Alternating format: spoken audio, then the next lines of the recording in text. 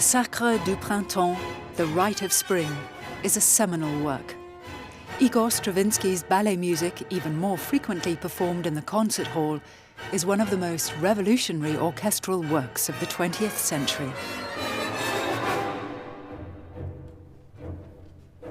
Its staggering radicalism hit the musical world like a bombshell.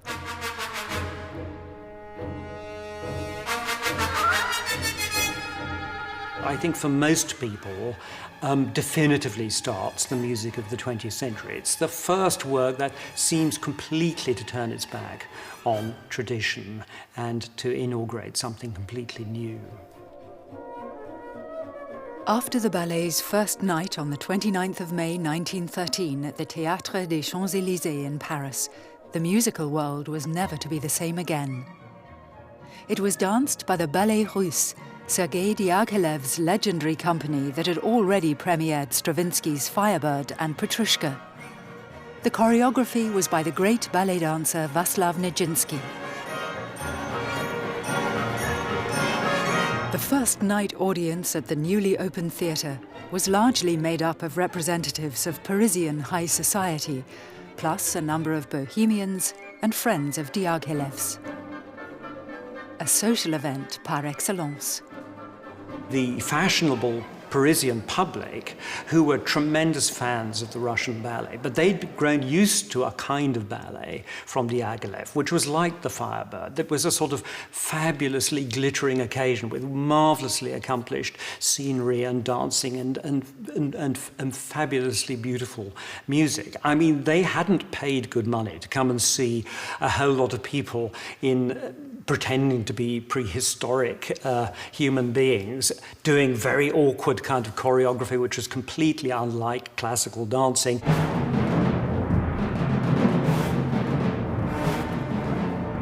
The unexpected novelty of the music and the choreography unleashed one of the greatest artistic scandals of the 20th century. Here's writer Jean Cocteau's eyewitness account. At the first performance of The Rite, the audience played the role it was predestined to play. It was in a state of revolt from the outset. People laughed, jeered, whistled, imitated animal noises. Perhaps they would have ultimately tired of all of this if, in their exaggerated zeal, the progressives and a few musicians had not started insulting and even physically attacking the catcallers. The tumult degenerated into a free-for-all. In her review, the journalist Valentine Gross wrote, "It was as if an earthquake had hit the theatre. The whole place was reeling. People hurled insults at one another, booed and whistled, completely drowning out the music. There were even outright fistfights." Diaghilev instructed conductor Pierre Monteux to carry on right to the bitter end. The noise was so deafening that the dancers could no longer hear the music, and Nijinsky had to give them their entries from the wings. Next day, the police reported that, fortunately, only 27 people had suffered slight injuries. The response to the premiere was divided. Opponents regarded it as a slap in the face for music in general. Supporters saw it as the dawn of a new era. 6 days after the event, composer and critic Florent Schmitt wrote, "I believe that Igor Stravinsky is the messiah we have all been waiting for since Wagner. The man for whom Mussorgsky and Claude Debussy, Richard Strauss and Arnold Schoenberg have paved the way." For Stravinsky, the scandal triggered by the first performance was a traumatic experience. This and the later success of The Rite in the concert hall may be the main reasons why he preferred concert renderings to stage productions of the work.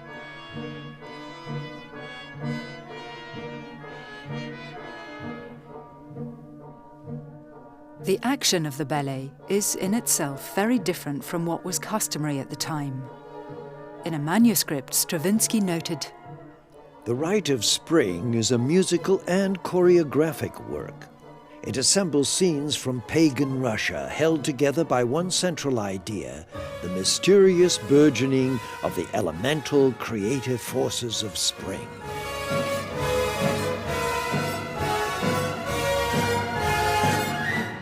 The music that Stravinsky wrote for this, I think that he had in mind creating a sort of prehistoric music with a huge modern orchestra, of course, and that he turned to the most ancient music that he could find, the music of age-old folk music that had been handed down through an oral tradition and was as ancient as anybody could tell, really.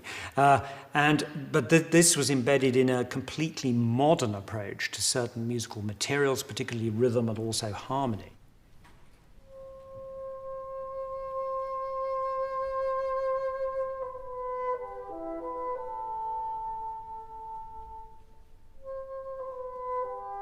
The first part of the rite, the introduction, begins with a solo bassoon evoking the awakening of nature on a spring morning. The first melody in the Rite of Spring, Stravinsky always admitted was in fact a folk song that came from this collection of Lithuanian folk songs. The original folk song in the collection sounds like this.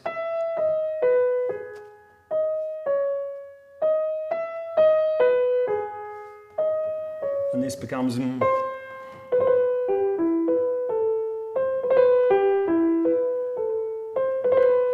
so on. The bassoon solo at the very beginning of the Rite of Spring.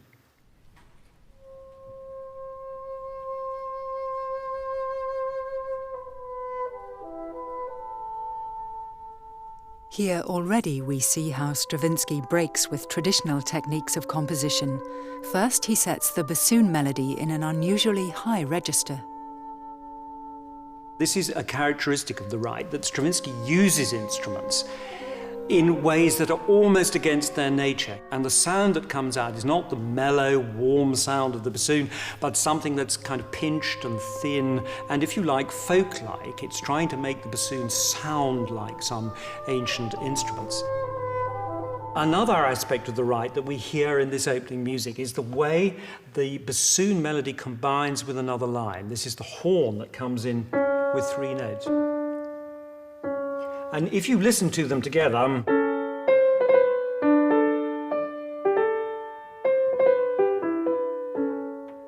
you can see that the horn part is not an accompaniment to the bassoon, but it's actually an intrusion. In a way, it's starting to subvert the bassoon melody. And so you get Stravinsky straight away at the beginning of the work thinking of different instruments not so much collaborating with each other, but actually working in competition, working in layers that fight against each other.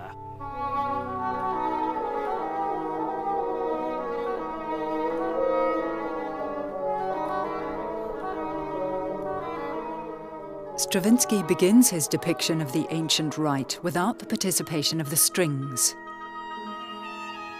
Only later do they join in, hesitantly, almost imperceptibly, muted or pizzicato. Then a brief transition takes us into the action proper.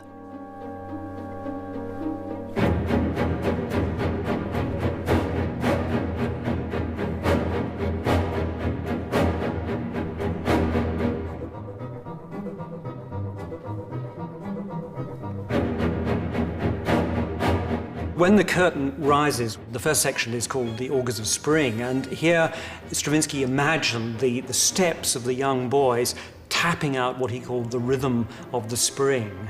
And he found this extraordinary chord, which is actually a conjunction of 2 quite normal harmonies. There's an E-flat 7 chord, and there's a chord of E major. But you put them together, you get this extraordinary dissonance, and then the idea of repeating them. That's the rhythm of spring.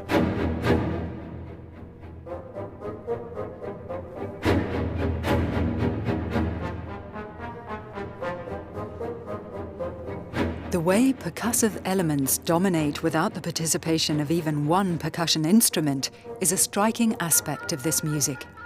It prompted the remark that Stravinsky handled the orchestra as if it were one big percussion section.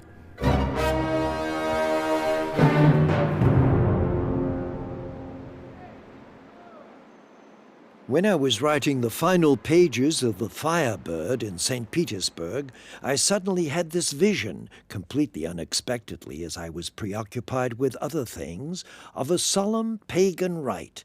Sage elders sitting in a circle and watching a young maiden dance herself to death. They were sacrificing her to propitiate the god of spring.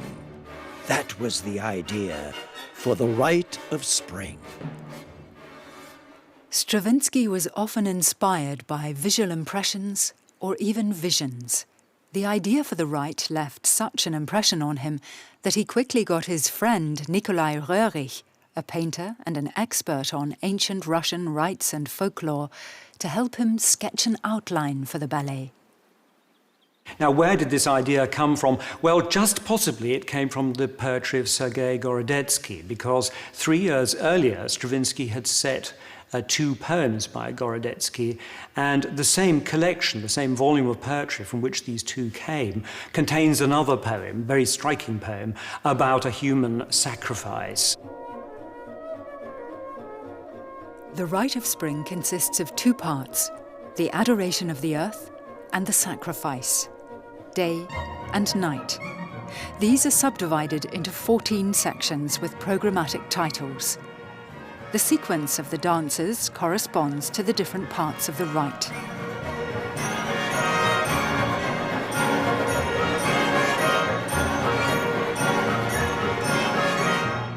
After the prelude, the awakening of nature, youths appear as messengers of spring, accompanied by a wise old woman. Young girls join them for a round dance that soon develops into a series of rival war games. An aged sage appears.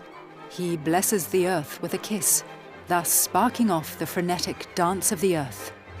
After this, the search begins for a young girl called upon to dance herself to death to restore the power of spring. An impetuous dance honors the chosen one.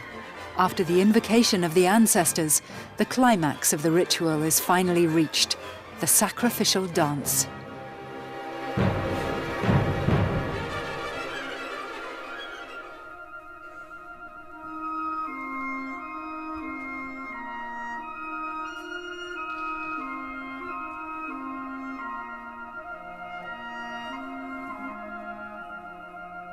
Stravinsky contrasts the first quick dance sections with a choravid, a slow round dance. The places in the Rite of Spring that I particularly love are those moments of stillness when you know that something is going to happen. And one of them happens in Spring Rounds, where you have this very quiet, and then with the tune.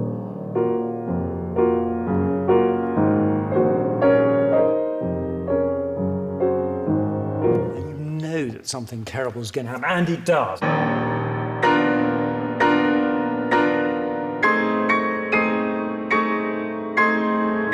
so on, like that. And this extraordinary kind of snarl that you get in the orchestra. I love that passage. It's very, very cruel. It's very, very nasty.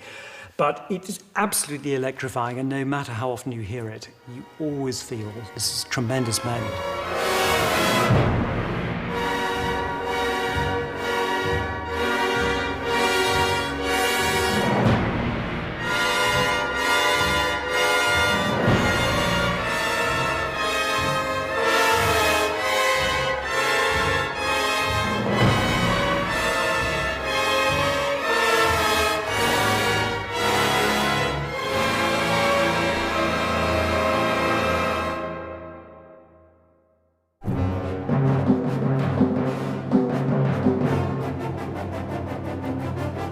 The subsequent ritual of the rival tribes sets out different groups of motifs engaging in a kind of contest with one another.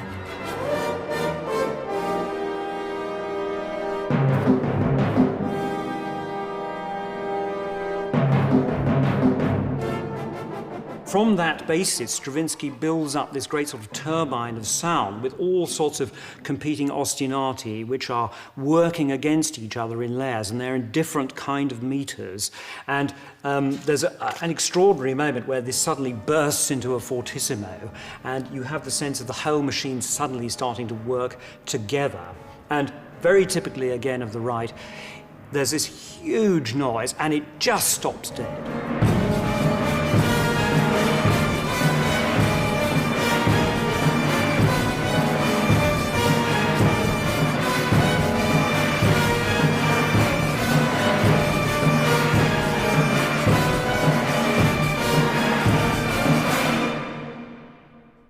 And you get this quivering silence, if you like, after this deafening noise. And then this is the moment, the most solemn moment of part one, when the wise elder, who's now arrived, stoops and blesses the earth by kissing it. And you get, from the huge orchestra playing fortissimo, you come now just to a few instruments, the bassoons, the double basses and the timpani, and this sort of weird noise. And then a kind of glassy chord on the string harmonics, which must be the moment, I suppose, when the wise elder actually kisses the earth.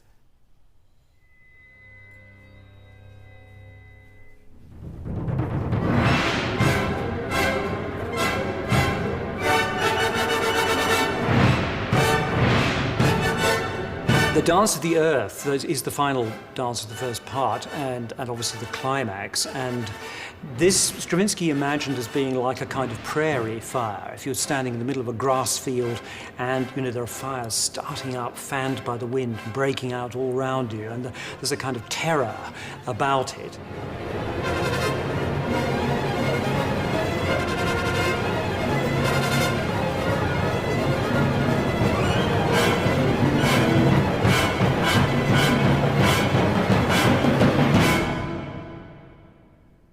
Igor Fyodorovich Stravinsky was born in June 1882 in Oranienbaum near St. Petersburg, where he grew up with his three brothers.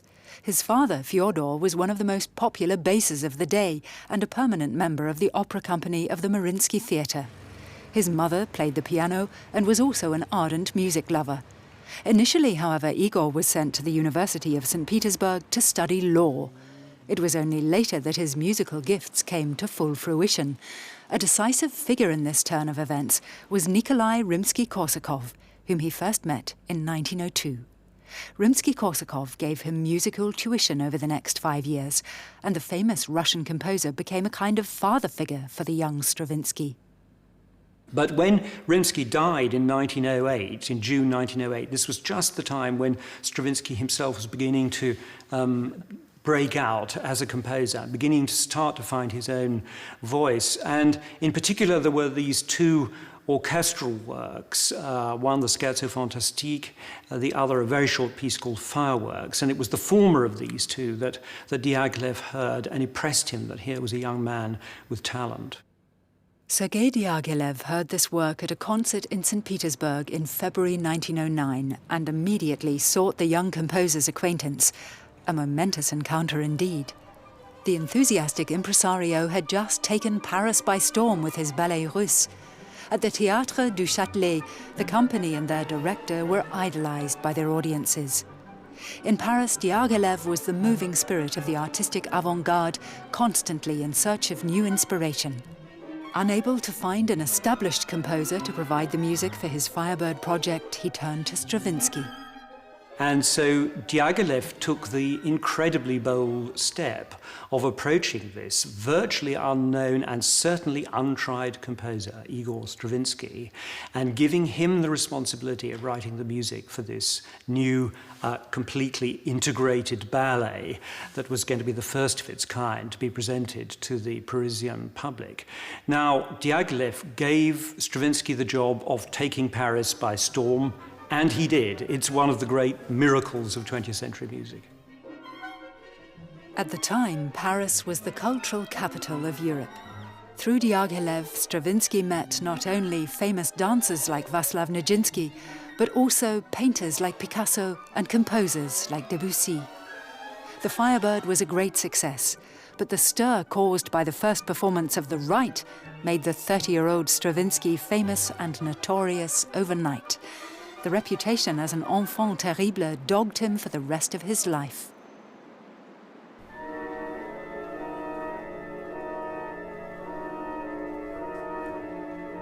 The second part begins with an abrupt change of mood. It's night. After the preceding daytime games, all the subsequent events and the mysterious ceremonies that go with them are geared to the ultimate consummation of the sacrifice. And then you get the curtain going up and you get the tune for the girls and their circling dance.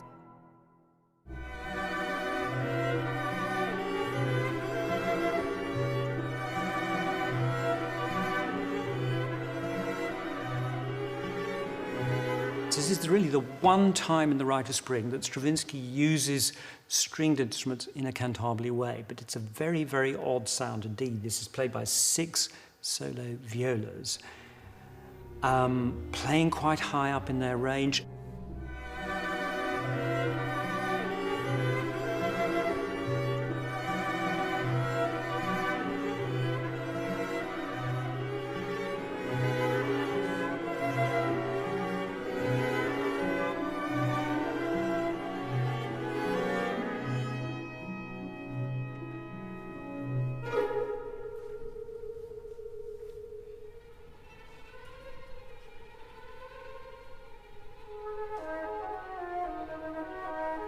The mystic round of the girls serves one purpose only, the choice of the sacrificial victim. And suddenly there's this sort of shriek as the orchestra kind of scatters, and we can imagine the girls on stage scattering as well, leaving one of their numbers standing in the center, motionless.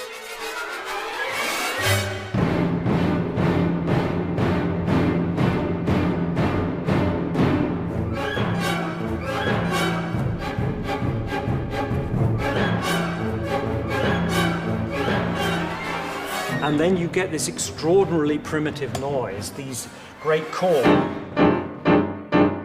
battered out, 11 of them in a bar. And the purpose of those is to drum a kind of pulse into our minds, because then we get one of the wildest dances in the rite, and we can imagine that the girls are now dancing around the victim who stands motionless in the middle, and they're celebrating her.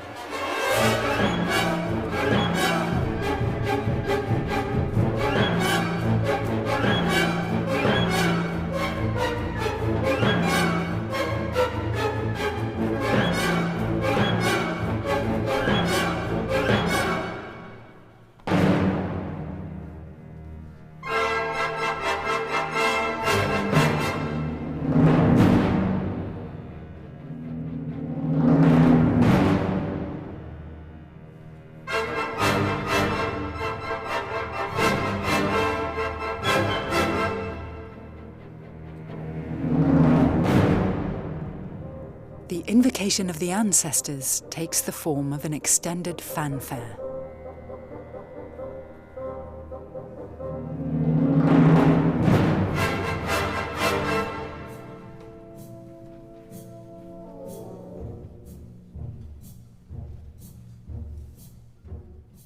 The next dance is called the ritual action of the ancestors. And it's actually a moment when a lot of the ideas, a lot of the cross currents within the Rite of Spring, they come together. You have it all embedded in one of these very repetitive, mesmerizing, hypnotic rhythms. And from that, Stravinsky builds up a chord of E flat minor with a 7th and a 9th. It's the same chord he's used earlier in Spring Rounds in the middle of part 1. Here he is using it again.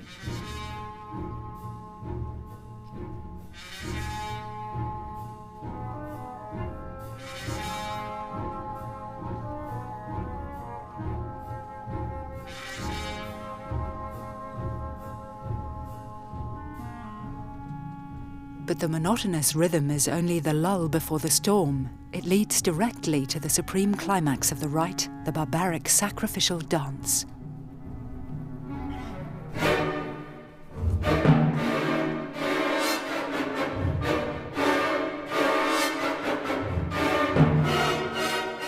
The famous thing about the sacrificial dance is the rhythmic innovation, where each bar is of a different length. The time signature changes constantly.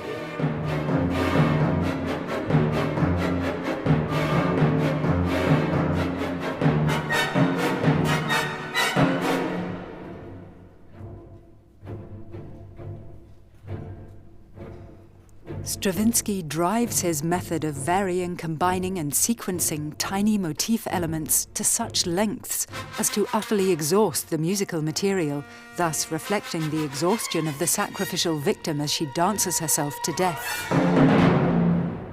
The result is a score that looks very, very complicated indeed, with this constant change of meter.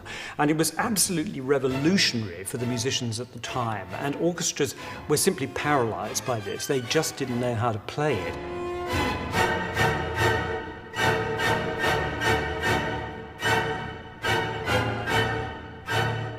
Revolutionary the Rite of Spring certainly is, yet there are links to other artistic currents of the day. Alongside the influence of Stravinsky's teacher, Rimsky-Korsakov, we can also identify composers like Bartók or Prokofiev, who at the same time were using folk elements or emphasizing percussive and rhythmic elements in music. Contact with French composers like Debussy also left an impact on Stravinsky. However, French-style Impressionism was never an option for the Russian composer, whose Rite of Spring is the fruit of a much more radical approach that Debussy was unable or unwilling to emulate. In a letter to Stravinsky, he says, "The rite haunts me like a fearsomely beautiful nightmare, a terrifying impression I find impossible to restore, try as I may." In 1962, Stravinsky himself recalled the genesis of the work. I was not guided by a system of any kind. I only had my ear to help me. I heard and wrote down what I heard. I was the vessel through which the rite passed. I think the most amazing thing about the effect of the Rite of Spring is that it remains, after all these years, nearly 100 years, still as exciting every time you hear it. I think it stands out from almost everything in the Western tradition that it is a really, really frightening piece of music, and it goes on being frightening.